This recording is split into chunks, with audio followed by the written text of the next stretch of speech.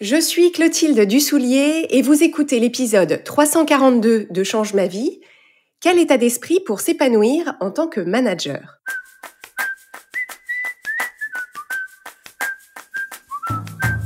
Bienvenue sur Change ma vie, outils pour l'esprit. Je suis Clotilde Dussoulier, je suis entrepreneur et master coach certifié. Et sur ce podcast, je vous livre chaque semaine des outils précis et concrets pour comprendre les mécanismes de votre cerveau et de vos émotions et construire exactement la vie à laquelle vous aspirez. Dans l'épisode de cette semaine, on va évoquer un sujet qui concerne bon nombre d'entre vous dans vos vies professionnelles et qui apparaît fréquemment dans nos échanges avec les membres du coaching Change ma vie, et c'est le sujet du management. Le management, c'est à la fois un cap qui est valorisant et valorisé dans une progression de carrière, et c'est aussi une fonction dont le niveau de responsabilité et donc le niveau de stress peut être difficile à gérer. Si on ajoute à ça les problématiques de légitimité, le syndrome de l'imposteur, les questions d'équilibre pro-perso, on comprend pourquoi beaucoup de personnes, et beaucoup de femmes tout particulièrement, surtout si elles ont un profil sensible et empathique, beaucoup de personnes éprouvent une certaine ambivalence à l'idée de monter les niveaux hiérarchiques de leur organisation. Pourtant, dans mon expérience professionnelle, mais pas que, on peut dire que être manager, c'est aussi incroyablement gratifiant, c'est galvanisant même parfois, et c'est un vecteur exceptionnel de connexion humaine et de croissance personnelle. Seulement voilà, quand on parle de management habituellement, on parle surtout de la technique, on parle des stratégies, on dit quoi faire. Et c'est vrai que le management, c'est un métier, ça demande des compétences particulières. Idéalement, ça demande d'être formé pour, il y a des outils, des pratiques concrètes à prendre en main. Mais les meilleurs outils et les meilleurs systèmes de management ne sont rien si on ne sait pas gérer aussi les enjeux émotionnels du management. Si on n'aborde pas son rôle de manager avec le bon état d'esprit et la bonne posture. Et c'est pour ça que j'ai eu envie de vous proposer cet épisode des Conversations Change ma vie avec Cédric Watine, qui est le créateur de l'excellent podcast Outils du manager, qui se trouve être le podcast le plus écouté sur le management et que j'écoute moi-même depuis des années. Alors Cédric a 55 ans, il a 3 enfants et sa compagne en a 3 aussi.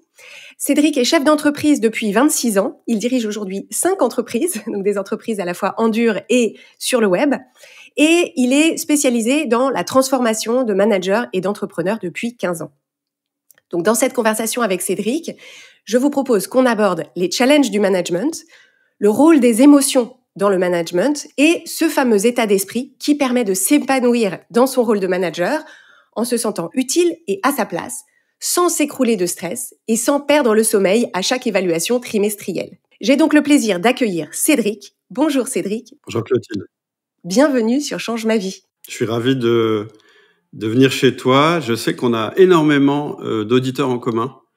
Et donc voilà, il fallait qu'on se rencontre. Et je suis ravi absolument d'être avec toi.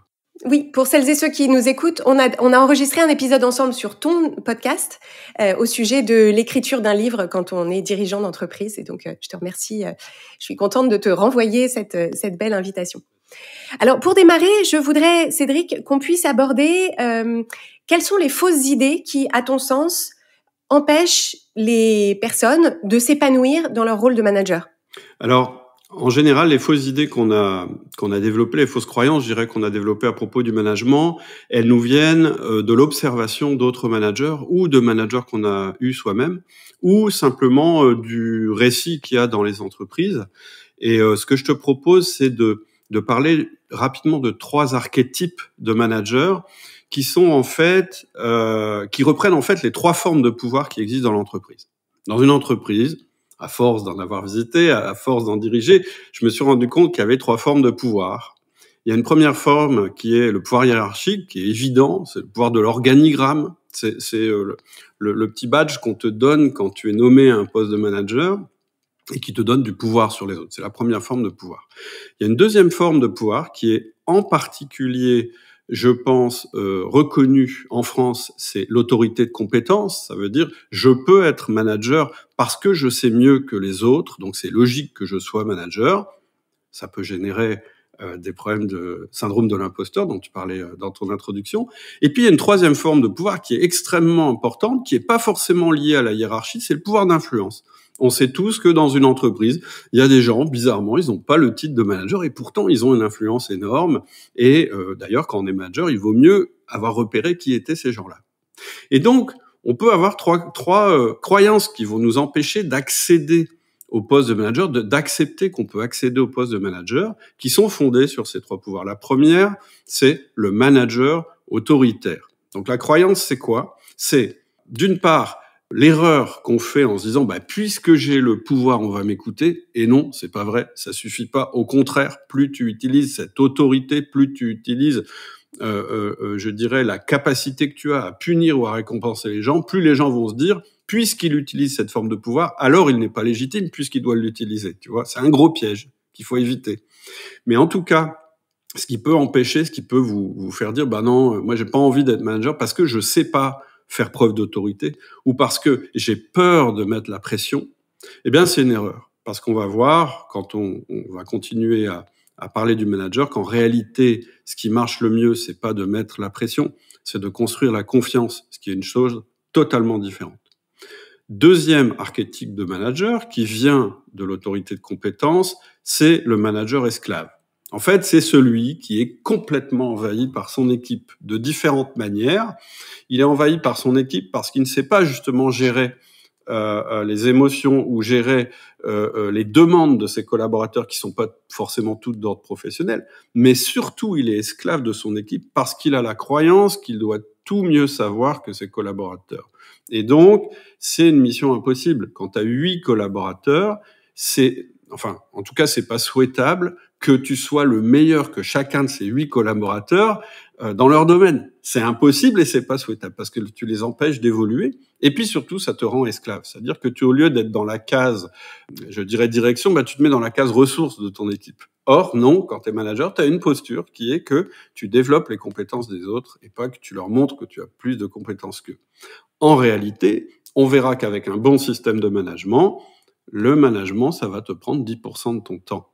Donc, ça veut dire que la croyance, la crainte d'être débordé, d'être envahi, d'avoir une charge mentale ou une charge de travail plus importante parce qu'on vient de devenir un manager, elle vient d'un manque de méthode. Et puis, le dernier pouvoir, je le disais, c'est celui de l'influence, c'est celui qu'on va utiliser. Mais là, il y a une croyance qui peut aussi nous empêcher d'accéder, c'est se dire, non, mais moi, je suis pas bon, je suis pas doué avec les gens. C'est pas mon truc, les gens.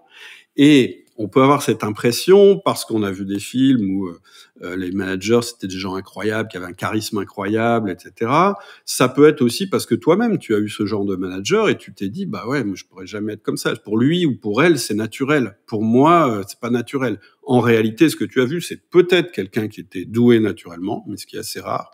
Mais c'est certainement quelqu'un qui a de l'expérience dans le management et surtout qui s'est formé au management. Et là, pour je dirais, évincer cette croyance, il faut se dire que ce qui compte pour être un bon manager, c'est d'avoir le bon mode d'emploi et aussi d'avoir progressé. Il y a une courbe d'apprentissage, comme dans tous les métiers. On démarre, on n'est pas un super manager, et puis au fur et à mesure, en utilisant les bons outils, la bonne méthode, on devient meilleur de jour en jour. Et c'est ça qui est important, c'est de pas se mettre la barre trop haut, mais de faire le minimum vital au début et surtout pas d'essayer d'être bon partout. Et puis, petit à petit, tu vas prendre ta place, tu vas prendre ta position, tu vas te rendre compte que tu réussis à construire de la confiance. Et une fois qu'on a construit la confiance avec nos collaborateurs, alors on peut commencer à leur demander des choses, mais pas avant.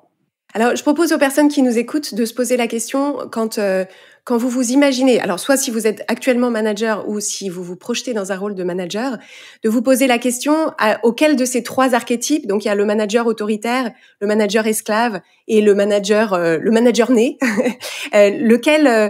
auquel de ces archétypes est-ce que vous vous sentez tenu ou dans lequel de ces 3 pièges est-ce que vous vous sentez tombé?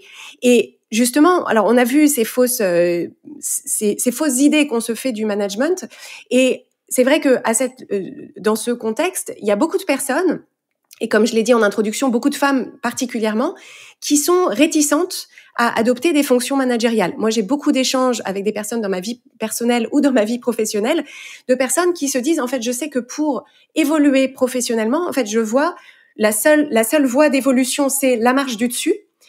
Et en fait, moi, j'ai pas envie de manager, j'ai pas envie de ça.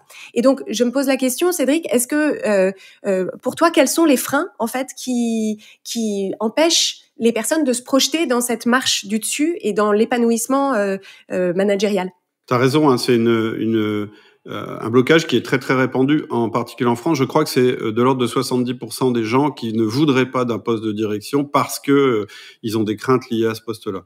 En fait, moi, je pense qu'il y a on pourrait dire, alors peut-être il y a d'autres craintes auxquelles j'ai pas pensé, mais d'une manière générale, moi, ce que je rencontre, c'est des craintes au niveau personnel, des craintes vis-à-vis de nos collaborateurs, qui peuvent être d'ailleurs nos anciens collègues, ce qui est pas évident, hein, de devenir le boss de tes ex-collègues, et puis des peurs vis-à-vis de la direction. Et en fait, je pense que les peurs vis-à-vis des collègues, c'est plutôt des peurs vis-à-vis de soi, c'est des peurs de perte de liberté et de contrôle. Les peurs vis-à-vis de nos collaborateurs, c'est des pertes d'amour ou des pertes de relations, de qualité relationnelle. Et puis la dernière peur d'échouer, c'est plus de la direction, pardon, c'est plus d'échouer, de dire je vais pas réussir ma mission. Alors si on les prend dans l'ordre que j'ai donné, et après si tu veux qu'on développe un point, je suis à ta disposition. La première chose, c'est la perte de liberté et de contrôle. Alors c'est vrai qu'il y a un truc qui va changer quand tu deviens manager, c'est que tu vas plus être jugé sur ton travail à toi, tu vas être jugé sur le travail de ton équipe. Ça, faut le comprendre tout de suite. Parce que si tu comprends pas ça, tu vas tomber dans le deuxième piège dont je parlais tout à l'heure, c'est tu vas essayer de tout faire à la place de tes collaborateurs. Donc, faut faire très attention à ce piège-là. Je le dis juste, c'est un état d'esprit à avoir. C'est, on va plus me juger sur mon travail à moi, on va me juger sur le travail de mon équipe, sur le travail que va réaliser mon équipe. C'est important de faire ce switch. Et ça peut faire peur, hein. Et puis, du coup, on peut avoir des craintes de perte de qualité de contrôle parce qu'on se dit non mais moi je suis un super contributeur individuel, mais pas les gens que je vais diriger, ils sont moins bons que moi, donc comment je vais faire? Et évidemment, ça c'est tout l'art du management. La peur de perte de liberté, c'est aussi, c'est un petit peu ce dont je parlais tout à l'heure quand je parlais du manager esclave, c'est-à-dire que je vais plus avoir mon emploi du temps uniquement consacré à ce que j'ai à faire, il va être aussi consacré à mes collaborateurs et donc je vais ajouter des choses à mon emploi du temps. Et là, la réponse, vraiment la clé, c'est vrai qu'on va parler des émotions, mais tu l'as dit en préambule, ce qui est vraiment très important, c'est d'avoir une approche structurée du management, avec une méthode. Parce que ce qui fonctionne bien en management, c'est d'avoir un agenda qui est compartimenté, je le disais tout à l'heure, je vais plus rentrer dans le détail, entre les moments de management et les moments de non-management. On va le dire comme ça. La plupart des gens, quand ils sont nommés managers ou quand ils sont managers, ils font ce que j'appelle du management diffus. C'est-à-dire que je suis manager dans mon quotidien, je croise mes collaborateurs, je les manage, mais en même temps, je fais mon travail et tout est mélangé. Ce qui marche bien, surtout quand on veut justement ne pas se faire envahir, c'est de dire non, on va pas faire comme ça. Il va y avoir des moments de management. Il y a des moments où je serai 100% consacré à vous, mon équipe. C'est les réunions collectives, une fois par semaine, une réunion d'équipe. Et surtout, c'est ce qu'on va appeler les 1 à 1. Alors quand j'en parlais au début, tout le monde me disait c'est quoi ce truc-là? Maintenant, on connaît mieux. 1-to-1, tout ça, ça parle plus aux gens. Mais il faut bien le faire, le 1 à 1.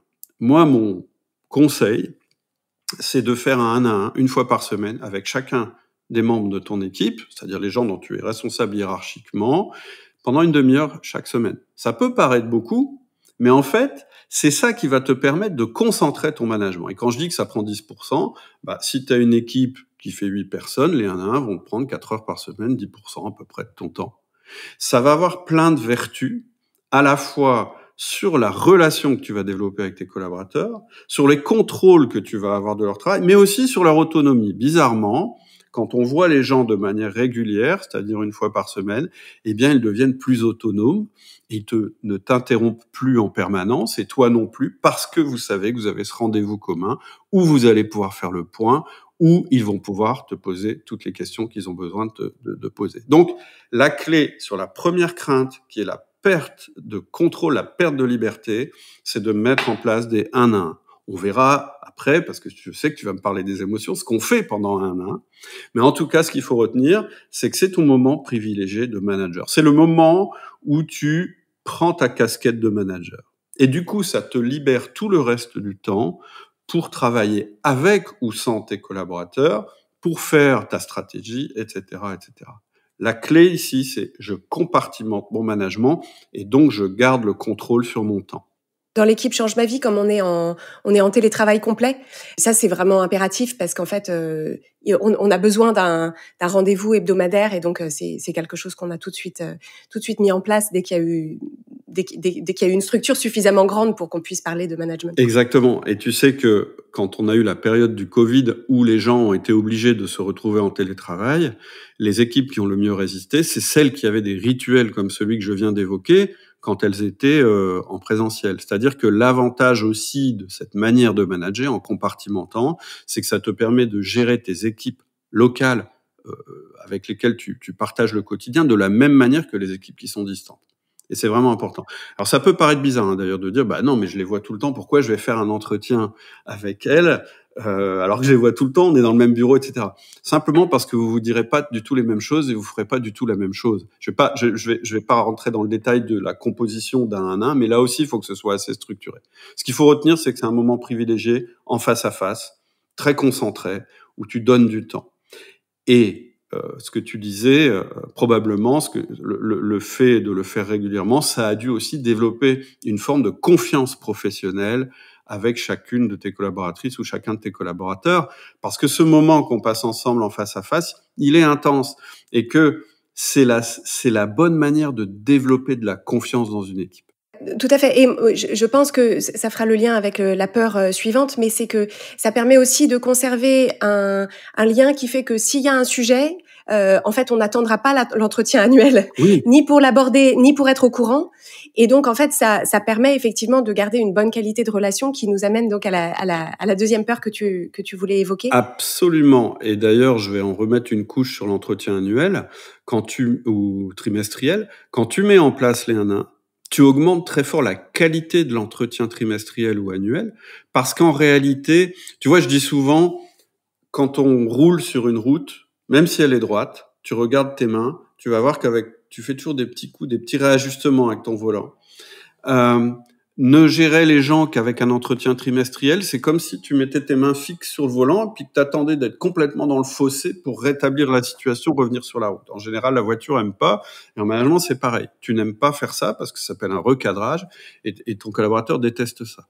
Si tu as eu plein de petites occasions toutes les semaines justement de donner des petits coups de volant très doux, très sensibles, justement en disant des petites choses avec ton collaborateur, il va jamais quitter la route. Et donc, l'évaluation, elle va se faire de manière absolument naturelle et très simple. En fait, ton évaluation, ça va être un 1 à 1 d'un autre genre. Un 1 à 1 qui est complètement consacré à l'évaluation, mais en réalité qui prend pas forcément plus d'une demi-heure ou d'une heure. Parce que toute l'année, on aura communiqué, on se sera réajusté en temps réel.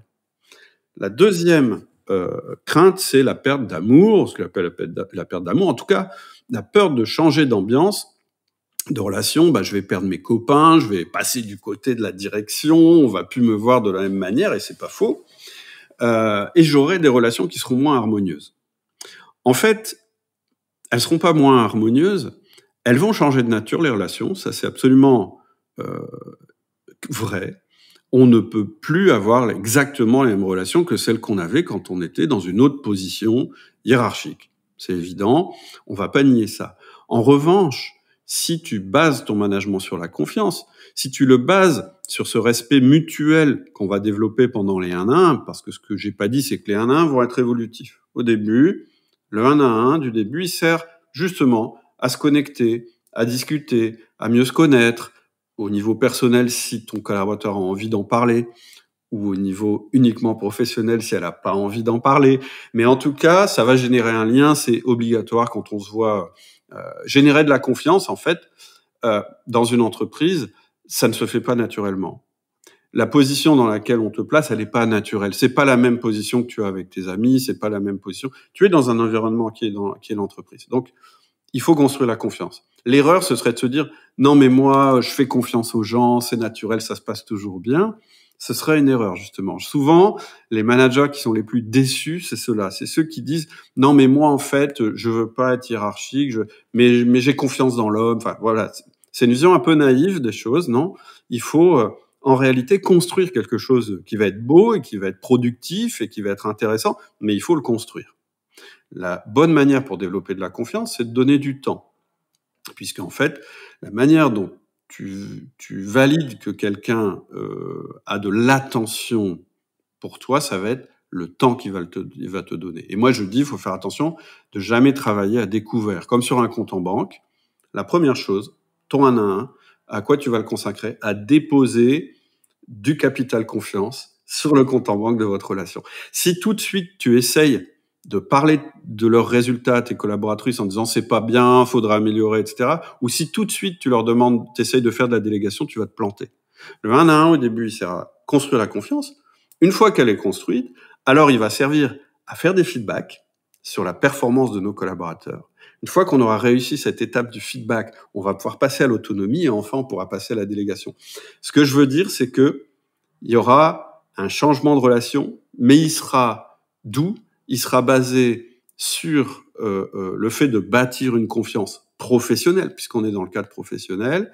Et après, tu vas pouvoir évoluer vers je change la performance, je change les comportements du collaborateur et je vais faire de la délégation. Il faut jamais croire que puisque j'avais de bonnes relations avec mes collaborateurs ou puisque j'ai confiance dans la relation, ça va bien se passer. Il faut quand même partir du principe qu'il faudra construire cette chose-là. Ce qui me paraît important aussi à mettre en lumière, c'est au moment où on change potentiellement de posture vis-à-vis de personnes avec qui on collaborait, c'est d'identifier que ce qu'on leur apporte à ce moment-là, dans ce nouveau rôle, c'est autre chose, mais on reste dans une relation à laquelle on apporte quelque chose. Et c'est en fait de se poser la question, en tant que manager, quel service est-ce que je rends en fait aux personnes que j'encadre? C'est de la clarté, c'est de l'aide à la priorisation, c'est de l'écoute, c'est du soutien dans leur croissance professionnelle versus en fait d'un coup c'est moi qui vais demander, je ne vais en tant que manager que recevoir, je vais exiger, je vais demander et du coup je pense qu'il y a cette idée de perte de réciprocité quand on passe d'une relation hiérarchiquement horizontale à une position hiérarchique, où on a l'impression que d'un coup, c'est les autres qui seront à notre service et ça peut être inconfortable. Tout à fait, tout à fait. En réalité, un manager, après je parlerai de la peur d'échouer parce qu'il y a quand même des critères importants à retenir parce que souvent tu as une direction. Mais un manager, c'est quelqu'un qui va plutôt mettre son collaborateur en condition de réussite. Et c'est ça qu'il va apporter à son collaborateur. Et ça passe, tu l'as dit, par une clarté sur les objectifs, sur ce qu'on attend de collaborateurs, etc. Un accompagnement sur comment devenir meilleur, comment mettre en rapport mes compétences et les challenges, etc., etc. Et donc, c'est vraiment intéressant parce que tu vas te retrouver dans une position où effectivement, tu produis du résultat pour l'entreprise, mais aussi dans une position où tu crées, moi j'appelle ça, je le dis de cette manière-là parce que c'est quelque chose qui me parle à moi, ça vous parlera pas forcément, mais le but, ça va être que tes collaborateurs deviennent des héros. C'est-à-dire que ce soit des personnes. En fait, pour moi, tu valides ton rôle de manager le jour où, au lieu de donner des instructions et des injonctions à tes collaborateurs, tu reçois de leur part les anecdotes, le fait qu'ils te racontent à quel point ils ont réussi sans toi, tu vois. Et c'est vraiment dans cet état d'esprit qu'il faut être. Et là, il y a une vraie réciprocité. Je suis là pour vous aider à réussir. Dans le principe du parcours du héros qu'on utilise beaucoup en coaching chez Change Ma Vie, en fait, il y a la figure du guide. Oui. Et en fait, dans le rôle du manager, le manager ne doit pas être pour que la position de manager soit épanouissante, il faut trouver l'épanouissement dans le fait d'être la figure du guide qui ne sait pas tout, qui ne sait pas tout faire, mais qui ne fait pas à la place du héros, qui simplement donne le coup de pouce dont le héros a besoin ou dont l'héroïne a besoin pour continuer dans sa quête et vers son succès. Et ça c'est très gratifiant. Tout à fait. Donc la troisième peur d'échouer, justement, si on n'arrive pas... Alors, la peur d'échouer, elle est plus, je pense, générée par la crainte de pas réussir les objectifs qui ont été fixés par la direction, et aussi cette difficulté réelle qui est un peu parfois de se sentir entre le marteau et l'enclume, c'est-à-dire avoir des injonctions par une direction qui veut aller vite. Bon, allez, ça y est, t'es manager, on veut des résultats, etc. Et le fait que ton équipe, elle a pas forcément envie de changer aussi vite que la direction le voudrait, ou en tout cas le fait que le management, tu vois, tout à l'heure, je t'ai pris l'exemple de la route et puis des petites corrections. Je pense que le management, c'est extrêmement puissant, mais c'est quelque chose surtout qui fonctionne bien dans le long terme. Je dis souvent, moi, les outils que je propose, c'est toujours des outils qui vont plutôt activer des notions de régularité, de petites impulsions plutôt que la force. De dire, je vais les forcer à faire ça. En général, ça fonctionne, hein, la force, en mettant la pression, on obtient des résultats, mais c'est assez temporaire en général. Les gens s'en vont, les gens font des burn-out, les gens se mettent à faire le minimum vital, etc. Donc voilà. Donc effectivement, il peut y avoir cette crainte d'échouer vis-à-vis de sa direction. Il y a un premier truc que je voudrais dire par rapport à ça, c'est que moi j'ai fait pas mal d'études et d'enquêtes sur quel était le manager idéal. Et cette question, je l'ai posée à des salariés et je l'ai posée à des chefs d'entreprise pour voir si la réponse serait la même. Quand je l'ai posée à des salariés, on m'a dit, un bon chef, c'est quelqu'un qui nous accompagne, c'est quelqu'un qui a une capacité d'écoute, qui décide, voilà, des choses très qualitatives et qui sont vraies. Quand j'ai posé la même question à des chefs d'entreprise, ils m'ont dit, ils ont été beaucoup plus radicaux dans la réponse. La réponse a été plus radicale, ça a été, c'est quelqu'un qui obtient des résultats. Ok. Donc, moi j'aurais dit, ok, quelqu'un qui obtient des résultats, mais est-ce que c'est bien si c'est quelqu'un qui obtient des résultats en détruisant son équipe, c'est-à-dire avec un turnover? Ah non. Il faut des résultats, mais il faut de la rétention. Les 2 R du management, moi j'appelle ça les 2 R du management. C'est quoi ces 2 R? C'est effectivement, tu es à ta position managériale, tu es vu par ton entreprise comme quelqu'un qui doit obtenir des résultats. Faut jamais oublier ça. Le deuxième R, c'est quelqu'un qui obtient des résultats, mais qui obtient des résultats qui ne sont pas obtenus au détriment du long terme. C'est-à-dire que tu veux garder tes équipes, tu veux pas les cramer, etc., etc. Et d'ailleurs, dans le passé, il y a encore 10 ans, je disais, le grand R, c'est les résultats, le petit R, c'est la rétention. C'est-à-dire, je disais, oui, il faut obtenir des résultats, mais attention à pas trop cramer les équipes. Aujourd'hui, j'inverse. Je dis non, le grand R, c'est la rétention. C'est-à-dire, il faut mettre en place un système où les gens sont bien, et là, tu obtiendras des résultats. Le marché du travail a évolué, et tu peux, voilà, le préalable pour obtenir des résultats, c'est que les gens soient bien dans la boîte. OK? Je dis simplement ça pour que régulièrement, en tant que manager, si tu sais plus quoi faire, si tu es envahi par plein d'injonctions, etc., rappelle-toi les 2 heures du management. Est-ce que je suis en train de faire quelque chose qui contribue au résultat ou à la rétention, ou aux 2 en même temps, ce qui est encore mieux? Ça c'est le juge de paix, je dirais. Ensuite, ta direction, effectivement, elle va sûrement être plus pressée, elle va vouloir, et c'est son rôle d'ailleurs, elle va te mettre la pression pour que ça aille plus vite que la musique. Et tu auras plus d'arguments vis-à-vis de ta direction, justement pour leur expliquer que ça va prendre un peu plus de temps si tu communiques régulièrement avec elle sur la manière dont tu fais ton management. Et à nouveau, je vais insister, mais à nouveau, si tu montres que tu as une méthode, là, je vais mettre en place les 1 à 1. Ensuite, je vais commencer à faire du feedback. Ensuite, je vais développer l'autonomie. Ensuite, je vais faire de la délégation. Là, tu expliques. Donc, ta direction, tu l'aides à patienter. Tu l'aides à lui montrer que tu as un management qui va se mettre en place progressivement, et tu peux lui donner des critères de performance qui soient pas que les critères qu'elle demande, qui sont aussi, mais vous avez remarqué, il y a moins de rumeurs dans l'entreprise, mais vous avez remarqué, maintenant on fait des réunions régulières, etc., etc. Donc, oui, la clé... Oui, des critères qualitatifs plutôt que uniquement quantitatifs. Le problème du management, et c'est pour ça qu'on a peur d'échouer, c'est que c'est très difficile de mesurer le management. Comment tu mesures le management? Oui, c'est un bon manager, lui. Lui, c'est un mauvais manager, ok, mais sur quels critères? À partir du moment où tu mets en place un système, tu peux déjà dire, ben voilà, mon système est en place, il en est là, etc., etc. Et puis après, tu peux mettre des critères qualitatifs, l'ambiance dans l'équipe, tout ça, ça peut se mesurer. Mais ce que je veux dire, c'est que ce qu'il faut, quand tu as peur d'échouer, en fait, c'est parce que tu penses qu'il faut être directement arrivé. Le problème, c'est que toute prise de poste, c'est un chemin. Il y a une courbe d'apprentissage. C'est pas parce que tu as été le meilleur des commerciaux que tu seras directement le meilleur directeur commercial. Non, tu vas devoir apprendre la compétence de directeur. Et là, il y a une courbe d'apprentissage. Et la clé dans la peur d'échouer, elle est là. Elle est dans avoir la notion de la courbe d'apprentissage, te fixer des objectifs de manager, par exemple de dire, bah, avant il n'y avait pas de 1-1, maintenant il y a des 1-1. Bah, déjà, c'est pas un échec, ça. Au contraire, c'est une progression. Ah, bah, maintenant, j'arrive à faire du feedback. Ah, bah, maintenant, machin, il est autonome là-dessus. C'est ça qui va montrer ton évolution.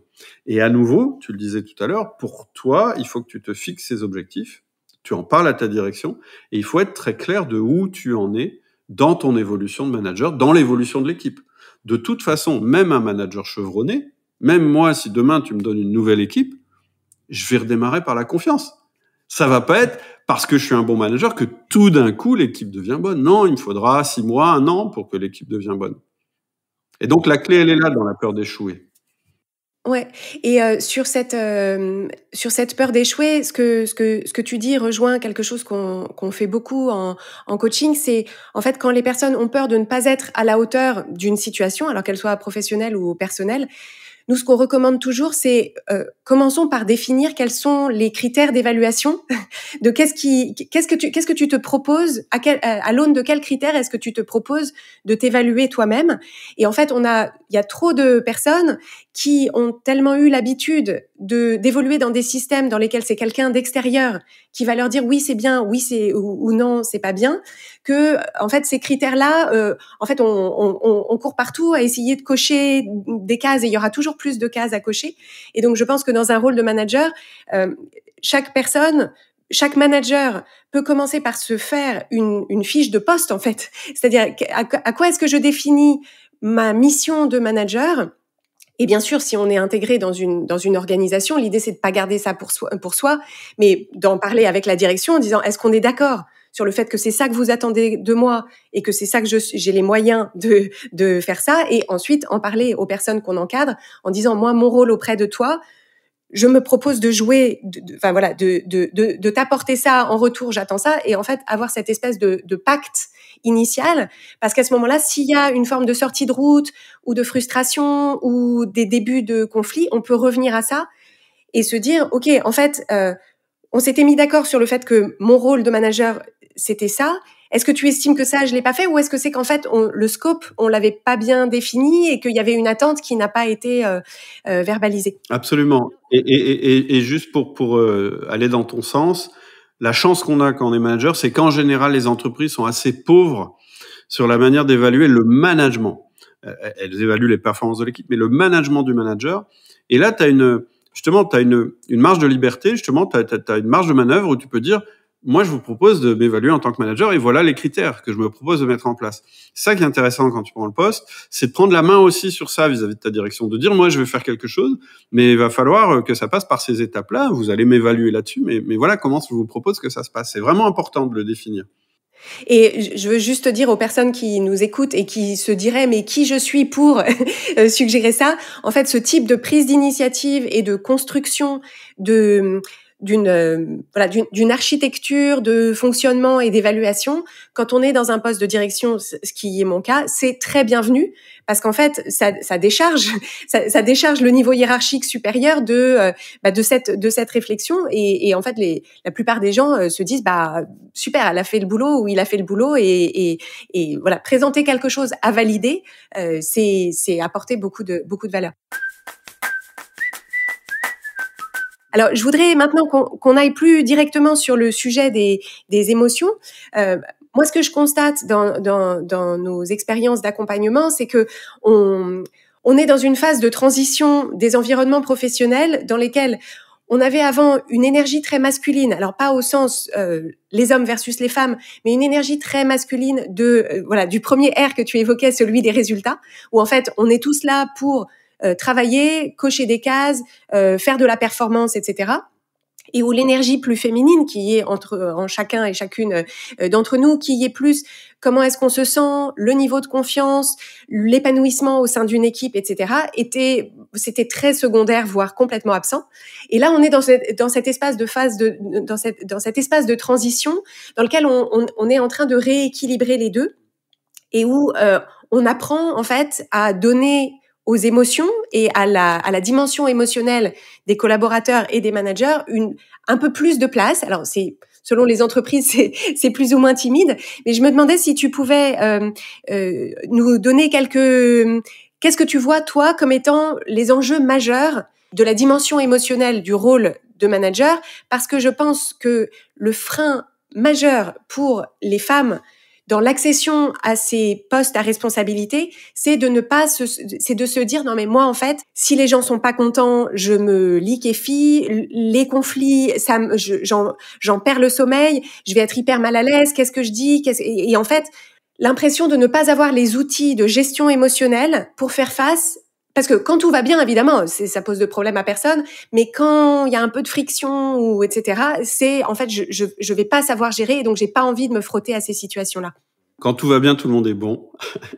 C'est quand ça va mal. Mais effectivement, et en plus, effectivement, je pense que quand même il y a une place de plus importante qui est donnée à cet aspect-là. Juste un préalable sur les émotions. C'est vrai que dans la vision classique de l'entreprise, on n'aborde pas du tout le sujet des émotions. On se dit, d'un côté, il y a le travail. Donc ça, c'est mon boulot de manager. Puis de l'autre côté, il y a des émotions à gérer, mais c'est pas dans le boulot, ça, les émotions. C'est pas mon problème. C'est en dehors, voilà. Bon, je pense qu'on est un peu revenu de ça, parce qu'on sait qu'en réalité, pour mettre quelqu'un en condition pour être le plus performant possible, il faut que ils aient des émotions positives liées à son travail, le sentiment d'utilité, c'est-à-dire la reconnaissance, je devrais plutôt le dire comme ça d'ailleurs, hein, la première chose dont souffrent les collaborateurs, je parle pas des managers, mais des gens qui travaillent dans l'entreprise, c'est en général un manque de reconnaissance qui peut se traduire par des demandes d'augmentation, des choses comme ça. Mais à la base, souvent, c'est un manque de reconnaissance. La possibilité de se réaliser, la possibilité de se développer, la possibilité d'être performant. Tout ça sont des émotions positives. En général, quand quelqu'un est dans cette case-là, t'as que à gérer du positif, ça se passe bien. La réalité, c'est que souvent, tu vas être confronté à des émotions, je vais appeler ça des émotions négatives par rapport à la personne elle-même ou par rapport à son travail. Et le problème, c'est qu'un manager, c'est pas un psy. L'erreur, ce serait de croire que tu as la capacité, et en fait, non, on n'a pas fait des études de psychologie. Et donc, la clé pour moi, c'est pas d'essayer de changer les pensées ou les émotions des gens, parce que c'est quasiment impossible, et parce que tu as pas accès à leurs pensées profondes. Même eux n'y ont pas accès.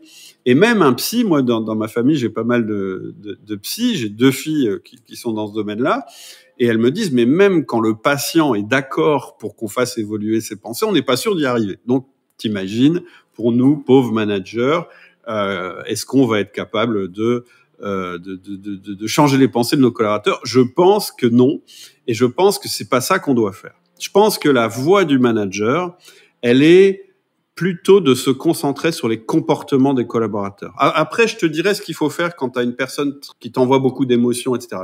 Mais d'une manière générale, pour poser le cadre, le manager, son job, c'est de faire évoluer les comportements des collaborateurs pour qu'ils produisent un résultat pour l'entreprise, ça faut pas le perdre de vue, et aussi qu'ils soient des comportements qui favorisent la collaboration, qui favorisent que les autres collaborateurs se sentent bien dans cette équipe. Donc tout ça, c'est pas des pensées, c'est pas des intentions, ce sont des comportements. Et donc je pense que ce sur quoi tu dois te concentrer quand tu es manager, ce sont les comportements des collaborateurs. D'être dans le factuel, pas d'être dans le jugement, pas dans d'être mais pourquoi il pense ça, d'être dans il agit comme ça. C'est-à-dire, mais très précisément, hein, c'est-à-dire en étant vraiment sur du factuel. Il arrive en retard aux réunions, il insulte, il pleure, etc. Ça c'est factuel, ça c'est des choses que tu peux observer. Et donc, la première chose, c'est de se concentrer là-dessus et le job qu'on va avoir une fois qu'on a établi la confiance, parce qu'avant ça fonctionnera pas, ça va être d'identifier chez nos collaborateurs les comportements contributeurs et les comportements non contributeurs. Et de faire du feedback à la personne sur ça, parce qu'en général elle se rend pas compte elle-même de son attitude, et c'est bien de lui renvoyer en lui disant: quand tu fais ça, c'est super positif, j'ai envie que tu continues. Quand tu fais ça, voilà l'impact négatif sur l'entreprise, il va falloir que ça évolue. Déjà, avoir cette capacité à rentrer en relation avec le collaborateur pour modifier son comportement. Sans jamais lui dire je veux que tu penses autrement, je veux que tu changes d'avis, je veux que tu aies des émotions différentes, lui dire je veux que tu changes ton comportement. C'est un premier point. Je pense que c'est important de repositionner ça. Ensuite, ce qui est intéressant aussi, c'est d'apprendre à se connaître soi-même déjà et à connaître nos collaborateurs. C'est tout l'intérêt du Manin, c'est que on va avoir une relation avec notre collaborateur. On va voir ses comportements, on va en parler, etc. Et ce qui est intéressant, c'est d'avoir une grille de lecture. Moi, j'utilise beaucoup le DISC, que tu connais aussi, je crois. Dominant, influent, stable, consciencieux. Encore une fois, c'est pas un outil, c'est un outil comportemental. C'est pas un outil qui est fait pour changer les pensées des gens ou les classer en disant ceux-là ils sont bons, ceux-là ils sont mauvais, etc.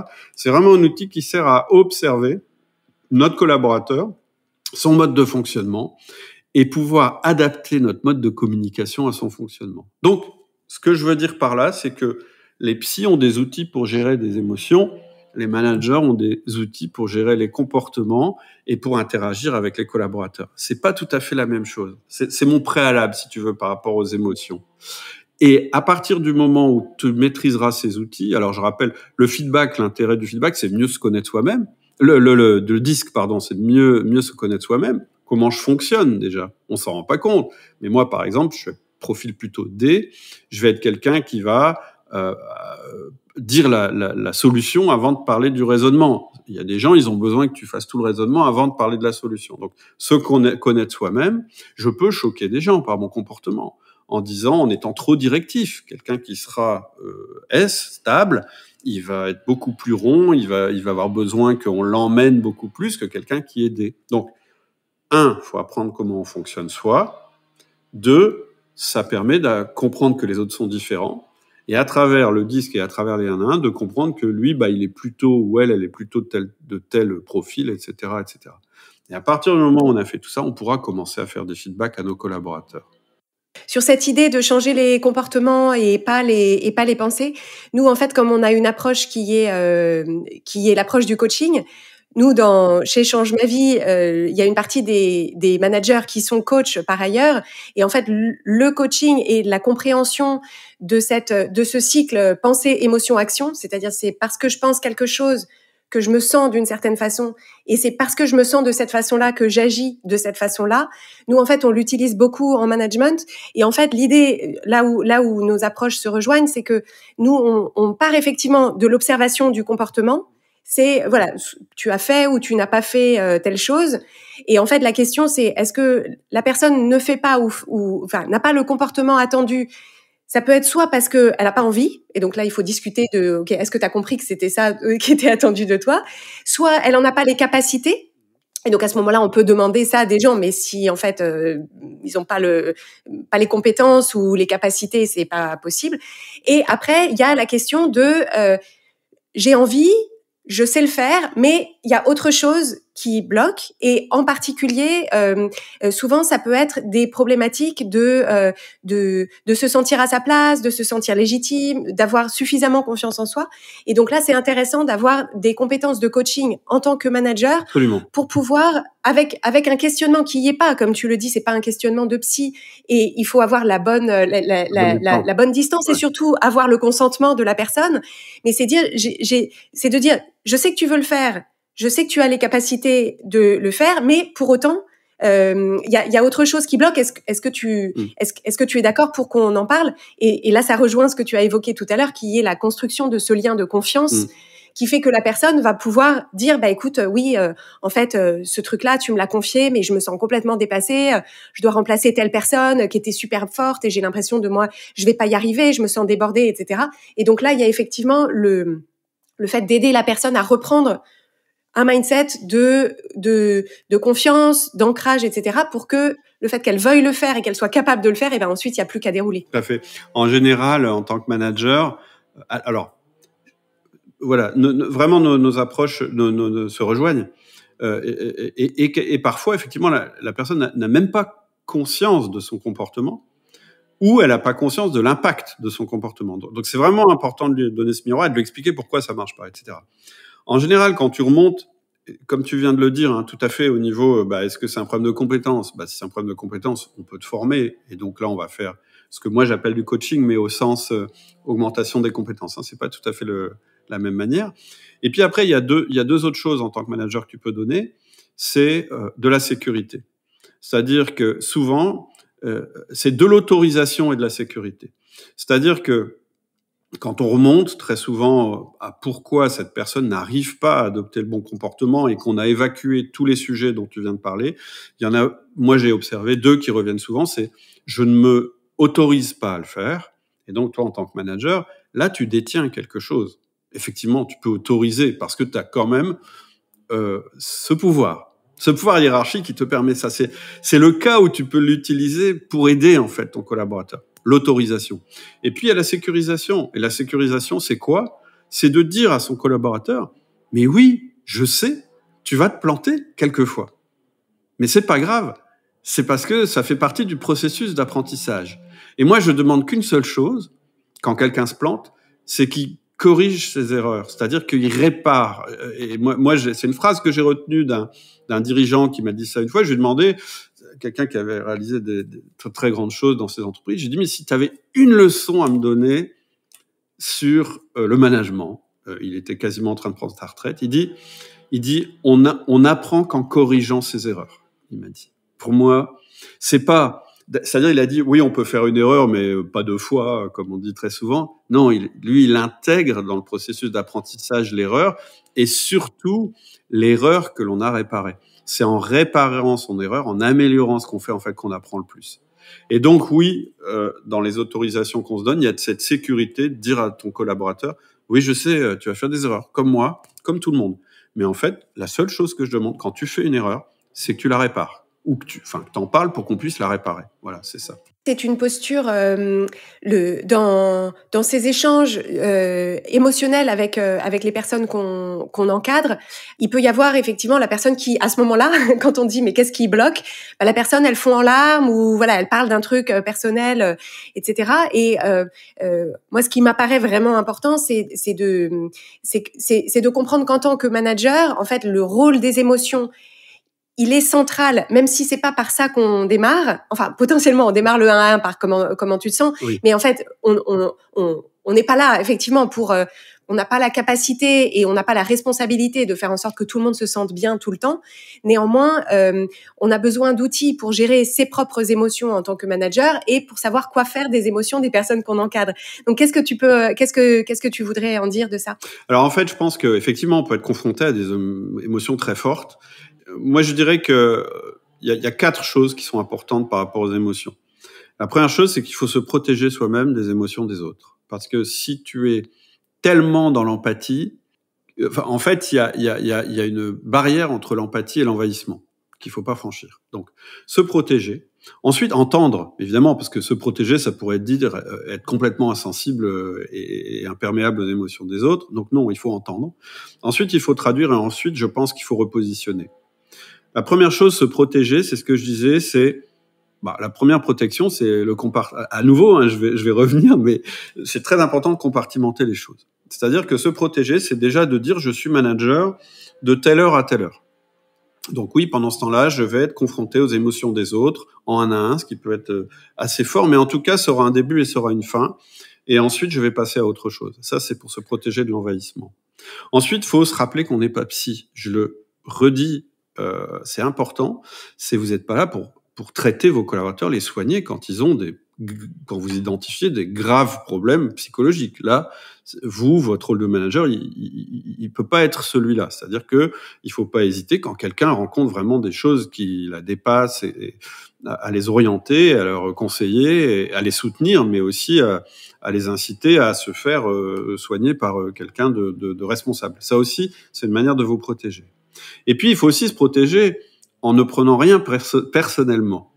C'est pas toujours évident, hein, quand on aime bien être aimé, hein, on aime bien être aimé, on aime bien être apprécié, etc. Mais vous aurez des collaborateurs qui vous renverront aucune émotion positive de ce côté-là. Et il faut l'accepter. C'est-à-dire que je pense qu'un manager, je pense pas qu'on puisse être manager sans aimer les gens. Par contre, il faut être capable de prendre des décisions où on ne sera pas aimé, où on générera des réactions contraires, etc. Parce que on a un objectif qui est plus long terme que l'émotion immédiate, parce que on a une responsabilité qui est plus large que celle de la personne avec laquelle on est en train de parler, etc., etc. Pour moi, c'est 3 grandes manières de se protéger. Maintenant, c'est pas parce qu'on se protège qu'on n'entend pas. Et en 1 à 1, alors tu vois, moi je suis de profil D, donc j'ai tendance à interrompre, j'ai tendance à prendre le contrôle de la situation, le contrôle de la conversation.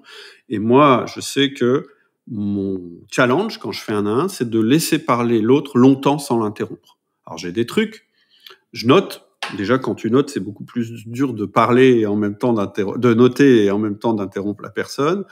Je fais toujours une respiration avant de reprendre la parole. Souvent, les gens se remettent à parler à ce moment-là, donc ils me donnent encore plus d'informations. Et aussi à l'attitude de se dire que t'es pas là pour résoudre, t'es là pour écouter avant tout. Et donc, il y a des émotions, des états, des choses comme ça qui existent chez tes collaborateurs, qui existent, et puis c'est pas toi qui les résoudras, et peut-être ils seront jamais résolus. Et ben, il faut continuer à travailler de cette manière-là. Aussi, de se dire, toujours dans l'écoute, de ne jamais se sentir obligé de réagir à chaud, sauf si la personne est en danger, etc. Mais de toujours dire, écoute, je t'ai entendu, j'ai noté, je sais pas comment réagir, je sais pas, pour l'instant, j'ai pas de réponse à te donner, je vais y réfléchir, et puis, tu vois, on se voit en 1 à 1 toutes les semaines. Donc peut-être que j'aurai quelque chose à te dire dans le prochain 1 à 1, peut-être que toi tu pourras... Mais voilà, de dire à 1 à 1, c'est pas le lieu où on résout tout et surtout pas les émotions des autres. Je vais te donner un exemple. J'ai un collaborateur, on va l'appeler Jean-Pierre, et c'est quelqu'un qui est extrêmement sanguin. Voilà, on pourrait appeler ça, c'est-à-dire que c'est quelqu'un qui s'emporte immédiatement, et puis il est comme ça, quoi. Je veux dire, et donc systématiquement, c'est quelqu'un, quand je lui demande de faire quelque chose, qui me répond non. Et qui me dit non, ce sera pas possible parce qu'il y a tout ça et machin et truc et bidule. Et avant, j'essayais de lutter contre ça. J'ai dit mais enfin Jean-Pierre, si. Et à force de le côtoyer, j'ai appris qu'en fait, il était juste comme ça. Et désormais, je fais d'accord, sujet suivant. Donc je coupe et je passe au sujet suivant. Et en général, le 1 à 1 suivant, Jean-Pierre, il revient et me dit j'ai réfléchi à ce que vous aviez dit. Ouais, on va le faire. Et c'est tout, c'est un exemple, mais c'est pour dire que attention à pas réagir à chaud, attention à l'empathie absolue, vous êtes extérieur à la personne, vous regardez comment elle fonctionne, oui, elle vous envoie des émotions, pas toujours très agréables, mais c'est normal, c'est la fonction, etc. C'est intéressant parce que tout ce que tu évoques là, en fait, moi, ce que je vois, c'est que quand on regarde la posture qu'on peut adopter en tant que manager et les difficultés relationnelles ou émotionnelles qu'on peut rencontrer, j'invite les personnes qui se disent, bah oui, moi, dans mon rôle de manager, ça, c'est des situations compliquées, ou quand je me projette dans un rôle de manager, c'est des situations compliquées. Et j'invite les personnes qui se sentent concernées à se poser la question dans d'autres situations relationnelles, donc avec vos parents, en couple, avec vos enfants si vous en avez, avec vos amis, avec la boulangère, avec le plombier, etc. En fait, il y a fort à parier pour que cette sur-empathie, cette difficulté à cloisonner, cette difficulté à arrêter de penser à un problème quand c'est plus le moment d'y penser, cette faculté à dire aux gens, ok, genre je respire, on en reparle la semaine prochaine, etc. Généralement, en fait, les difficultés relationnelles et émotionnelles qu'on rencontre dans son rôle de manager, en fait, ce qui est intéressant, c'est de se poser aussi la question de quoi est-ce que j'ai besoin de m'équiper, parce que je suis pas une personne différente, en fait, quand je suis dans mon rôle de manager et partout ailleurs dans ma vie. Et il y a aussi un élément que je trouve très important à mentionner, c'est la régulation du système nerveux. C'est qu'en fait, dans ces situations dans lesquelles on perçoit une forme de conflit, où on se sent remis en cause, etc., en fait, on a une vraie activation physiologique de notre système nerveux.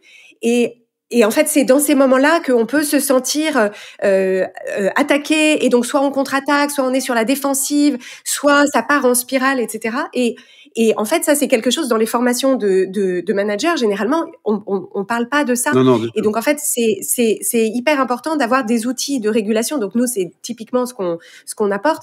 C'est des outils de régulation pour remarquer à quel moment. Et donc, moi, personnellement, je le vois parfois dans des échanges que j'ai avec mon équipe, où elles mettent le doigt sur un truc sur lequel moi, je me sens en insécurité, etc. Et où je vois que tout de suite, je suis dans la défensive, etc. Donc ça, je le sais, je le sens.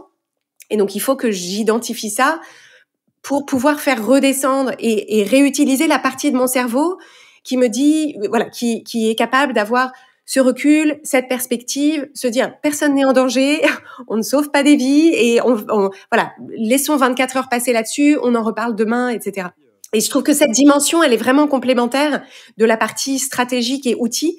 Et je m'adresse particulièrement aux personnes qui ont un fonctionnement comme le mien, qui est sensible, à ressentir les émotions fort. En fait, on a besoin d'outils spécifiques là-dessus. Ouais, je suis d'accord. C'est ce que je disais aussi tout à l'heure quand je parlais du disque. En fait, l'interaction avec tes collaborateurs, quand tu vas observer tes collaborateurs, en fait, tu vas avoir aussi le retour. C'est-à-dire, ce que tu viens d'évoquer, c'est super intéressant. On n'en parle pas très souvent. D'ailleurs, moi, j'en parle pas souvent. Mais en fait, tes collaborateurs vont t'apprendre des choses sur toi-même. C'est-à-dire que le collaborateur moi, j'ai eu un moment un commercial, il fait plus partie de l'entreprise, il est à la retraite. C'est un type, il rentrait dans la pièce, je passais en mode agressif. Et je comprenais pas. Je me disais, mais le pauvre, à chaque fois, et en fait, il me renseignait sur moi. Et donc, je me suis dit, mais qu'est-ce qui se passe? C'est quoi c'est quoi les émotions? Et puis, j'ai identifié, etc. Et donc, toi aussi, tu vas évoluer pendant le 1-1. C'est-à-dire que c'est ce que tu dis, c'est une interaction, hein, finalement. L'autre truc, c'est que le Jean-Pierre dont je parlais tout à l'heure, qui est très colérique, moi, je faisais un transfert au début. Le mec est en colère. Moi, quand je suis dans cet état-là, je suis en souffrance, je suis mal. Moi, en fait, je suis pas quelqu'un de très colérique. Je suis lent à la colère. Lui, il est très rapide à la colère. Et je fais un transfert. Je me dis, mais il est en colère, il faut que je réagisse, il faut que je le sauve, ou il m'agresse. Pas du tout. C'est une autre personne. La colère fait partie de son fonctionnement. Comment j'accepte ça? Et surtout, comment je l'utilise sans jamais perdre mon but de vue, qui est, ouais, mais il faut qu'il y ait de l'évolution. Et là, j'en arrive à l'aspect traduire. Ce qu'il faut vous dire, c'est que quand une émotion apparaît chez votre collaborateur, elle peut être normale. En fait, une émotion, c'est quelque chose sur lequel vous pouvez déjà vous dire que quand il y a du changement, il y a de l'émotion. Or, un manager, c'est quelqu'un qui génère du changement. Ça peut générer différentes émotions, de l'enthousiasme, mais aussi du pushback, de la réticence, de la colère, de l'incompréhension, etc. Mais une émotion, c'est juste un signal qu'il est en train de se passer quelque chose, c'est votre collaborateur. Et donc, effectivement, il faut du recul pour pouvoir l'analyser. Il y a aussi, on dit souvent, on va résoudre l'émotion, mais ça veut pas dire, je réinsiste là-dessus, que vous allez changer la personne. Quelqu'un qui est colérique, ça a des conséquences positives, négatives, etc. Mais c'est quelqu'un qui est colérique. Moi, à partir du moment où on essaie de soigner les gens, leur dire, lui, il faut qu'il soit plus colérique, on est en train de sortir de son rôle de manager. Non, il fait partie du truc. Comment je fais en sorte que ça reste positif dans la contribution à l'entreprise, etc. Donc, ça permet d'avoir un certain recul, d'avoir. Et puis après, la dernière chose, le dernier outil par rapport aux émotions, c'est se repositionner et de jamais oublier les 2 R du management. C'est-à-dire de toujours se dire, OK, il est en train de s'énerver, il est tout rouge, je note, je prends, mais quel impact ça a sur les résultats de l'équipe, quel impact ça a sur la rétention dans l'équipe, etc., etc. Donc tu vois, il y a de l'empathie parce que c'est nécessaire. Mais l'empathie, elle est jamais totale. D'abord parce qu'on n'est pas la même personne, on n'est pas dans la même position. Tu peux jamais vraiment te mettre complètement à la place de l'autre. Et ton rôle, de toute façon, c'est plus d'avoir de la compassion et sur les choses que de la vraie empathie. C'est-à-dire que ton rôle, ça va être plus de repositionner la personne, de dire, mais comment je fais pour qu'elle soit bien à l'intérieur du système qu'on a, etc., etc. Il y a toujours cette histoire de repositionner la personne dans son rôle dans l'entreprise. Et de se souvenir en fait quel est le jeu auquel on est en train de jouer. C'est-à-dire on n'est pas on n'est pas dans le salon avec un ami ou avec son conjoint. On est dans une salle de réunion avec un collaborateur. Alors, on a évoqué les défis du management et les difficultés qu'on peut rencontrer et comment les dépasser. Est-ce que tu pourrais, en rapid fire, comme on dit en bon anglais, nous dire pourquoi finalement, quelles sont les bonnes raisons de vouloir y aller quand même, c'est-à-dire de vouloir se frotter à ces défis-là? Alors, d'abord, c'est passionnant. Une fois qu'on a un mode d'emploi. Ça peut paraître insurmontable avant qu'on ait le mode d'emploi. Plus on se dit, ah oui, on peut faire comme ça. Ah oui, tiens, les gens fonctionnent comme ça et ça. Plus ça devient absolument passionnant et plus on se fait, je dirais, absorber par la mission. Mais pour ça, faut démarrer simple, faut mettre en place des outils. Souvent, en fait, on comprend l'utilité de l'outil une fois qu'on l'a mis en place, bizarrement, en management.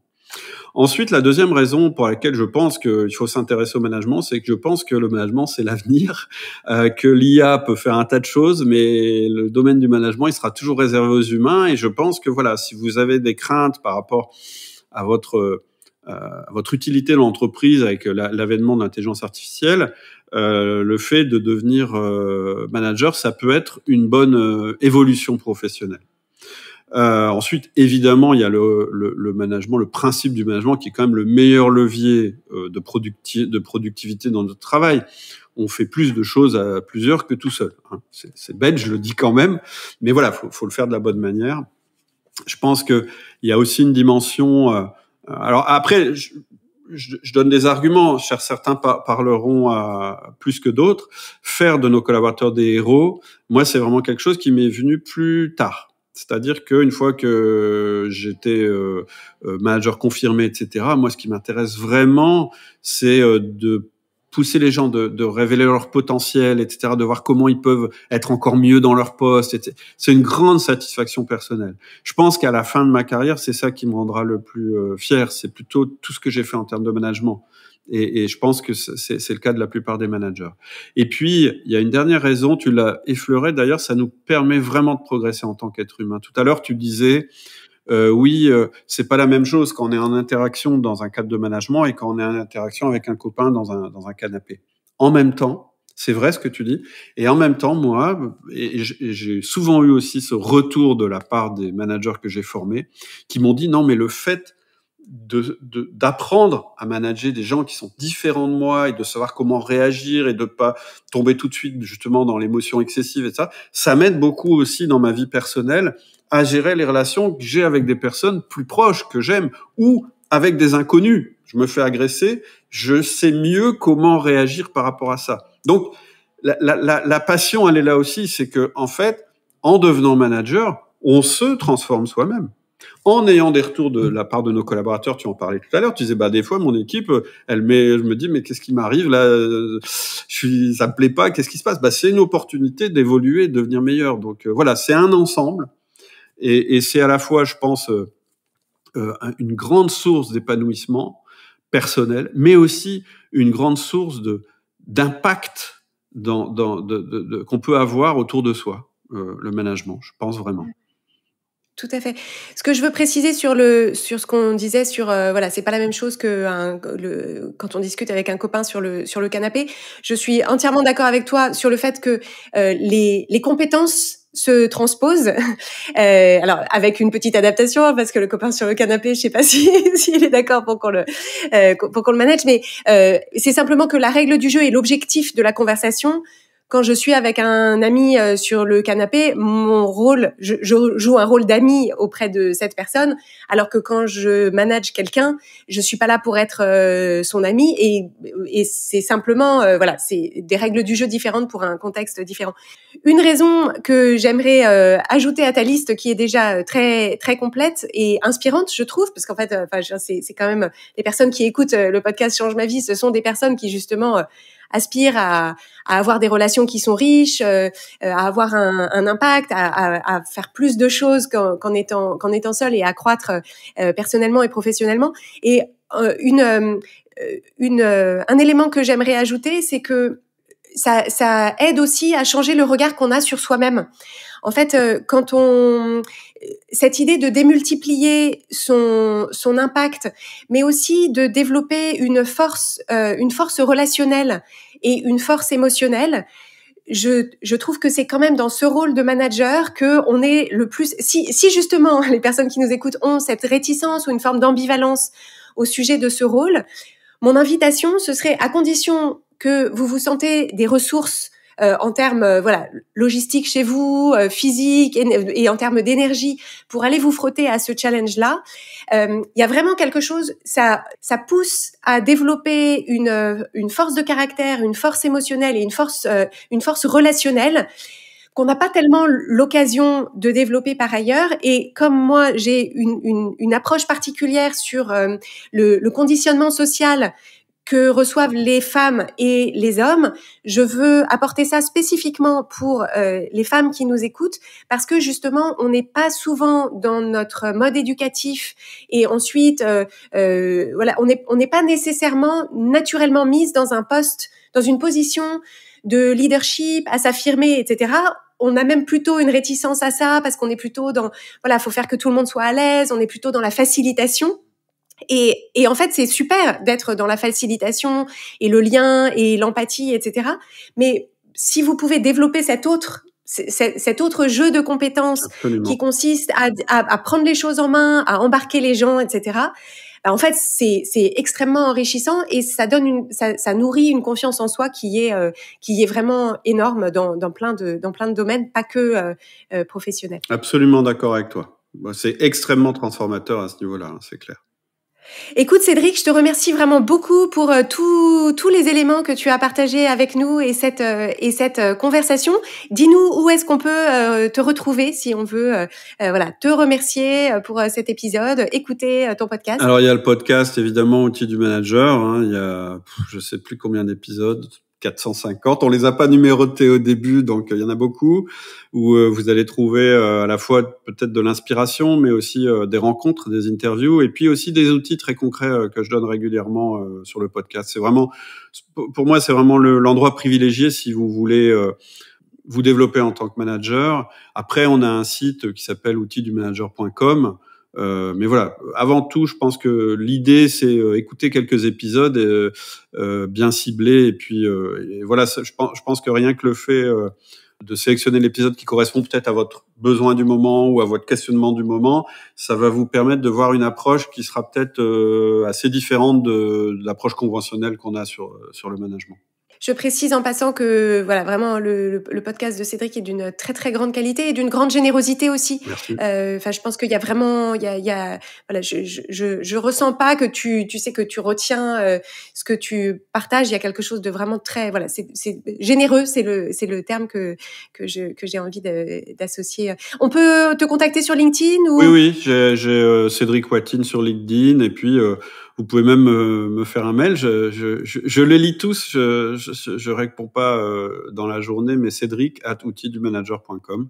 Et c'est outils au pluriel, on est d'accord? Outils au pluriel dumanager.com. Génial. Merci beaucoup Cédric. Merci pour tout ça, et je te souhaite une très bonne journée, et à tous et à toutes. Merci beaucoup. Merci.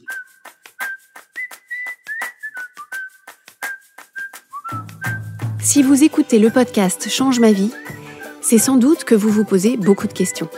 Qui vous êtes vraiment? Où vous en êtes? Et est-ce que vous faites les bons choix? Vous êtes sans doute une personne sensible, avec beaucoup d'émotions, qui vous encombrent parfois. Vous avez toujours à cœur de bien faire, et vous vous mettez beaucoup la pression. Mais vous vous apercevez que ce mode de fonctionnement hyper exigeant vous coûte cher.